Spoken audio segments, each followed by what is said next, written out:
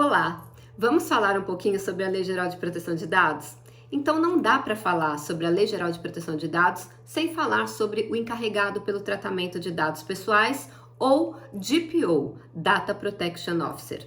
Sim, hoje o encarregado pelo tratamento de dados pessoais já pode ser chamado de DPO, porque lá no Código Brasileiro de Ocupações já existe essa nomenclatura que foi emprestada do mercado internacional. E não tem como fazer adequação à Lei Geral de Proteção de Dados na empresa sem a figura do encarregado. E ele tem três principais atribuições. A primeira, ele precisa se comunicar com os titulares. Então, tudo que o titular, e quem é o titular? Todos nós. Hashtag somos todos titulares. Afinal de contas, nós temos os nossos dados pessoais, então somos todos titulares.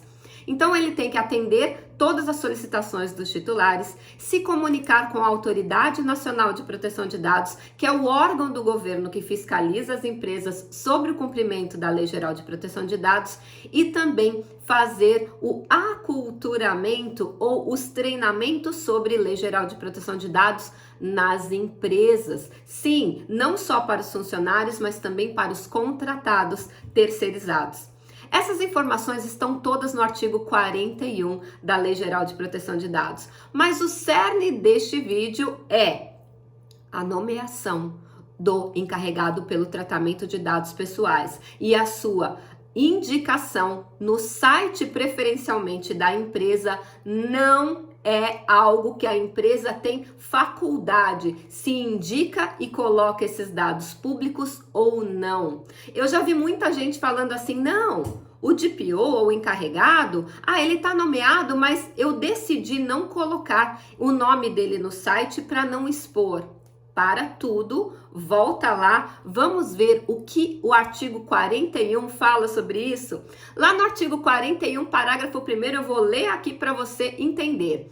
A identidade, ou seja, o nome do encarregado ou do DPO e as informações de contato do encarregado deverão ser divulgadas publicamente, preferencialmente no sítio eletrônico da empresa, ou seja, no site da empresa. Então não é uma faculdade, coloco ou não coloco o dado do DPO no site, é uma obrigação legal, a identidade e o contato. Como nós sabemos que a LGPD, ela determina que todo o contato com o titular seja feito de forma facilitada e gratuita, dentro do site da empresa é preciso ter um contato. Se você escolher que esse contato com o titular será feito através de um telefone, de uma linha telefônica, obrigatoriamente ela terá que ser um 0800.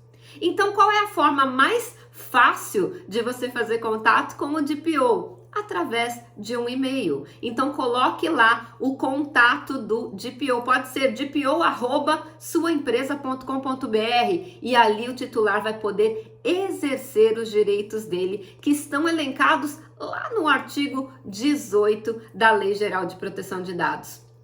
Silvia, mas a função do DPO é só essa? Claro que não. Ele também precisa executar outras funções que o contratante determinar.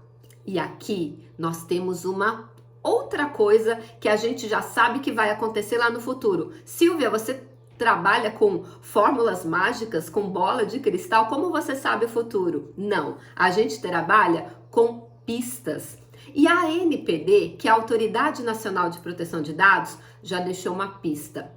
Ela fez um guia dos agentes de tratamento de dados. Quem são os agentes de tratamento? O controlador e o operador, e nós vamos falar disso em outro vídeo. Mas ali ela também fala sobre o encarregado pelo tratamento de dados pessoais e lá no item 67 ela deu a pista da onde eu tirei essa informação. Ela diz que o encarregado pelo tratamento de dados pessoais é o responsável pela adequação da empresa à Lei Geral de Proteção de Dados. Não, a lei não diz isso. Mas por que a ANPD disse? Porque também um terço dos artigos da LGPD eles ainda dependem de regulamentação. E o artigo que trata do encarregado pelo tratamento de dados pessoais é uma dessas partes da LGPD que ainda dependem de regulamentação. O que é uma regulamentação, Silvia? A ANPD vai se debruçar sobre esse tema e ali, como diz o número 4 também do artigo 41, inciso 4 do parágrafo 2º do artigo 41, poderá haver outras atribuições complementares que serão atribuídas pela ANPD. E a ANPD já deixou essa pista que vai deixar todo o processo de adequação sob responsabilidade do encarregado pelo tratamento de dados pessoais ou para o DPO. E tá tudo bem, porque isso consta da legislação do mundo inteiro. A nossa LGPD deixou uma lacuna ali, mas da mesma forma que deixou uma lacuna, não disse com todas as letras, também abriu aí a possibilidade de regulamentação. Com certeza a ANPD vai inserir entre os rolos de atribuições e funções do DPO a necessidade dele ser o responsável pela adequação da empresa como um todo. E uma coisa muito importante que você precisa ter em mente é que para você se tornar um DPO, você precisa apenas fazer um curso técnico. Sim, a Lei Geral de Proteção de Dados, ela em nenhum momento estipula qual é a formação.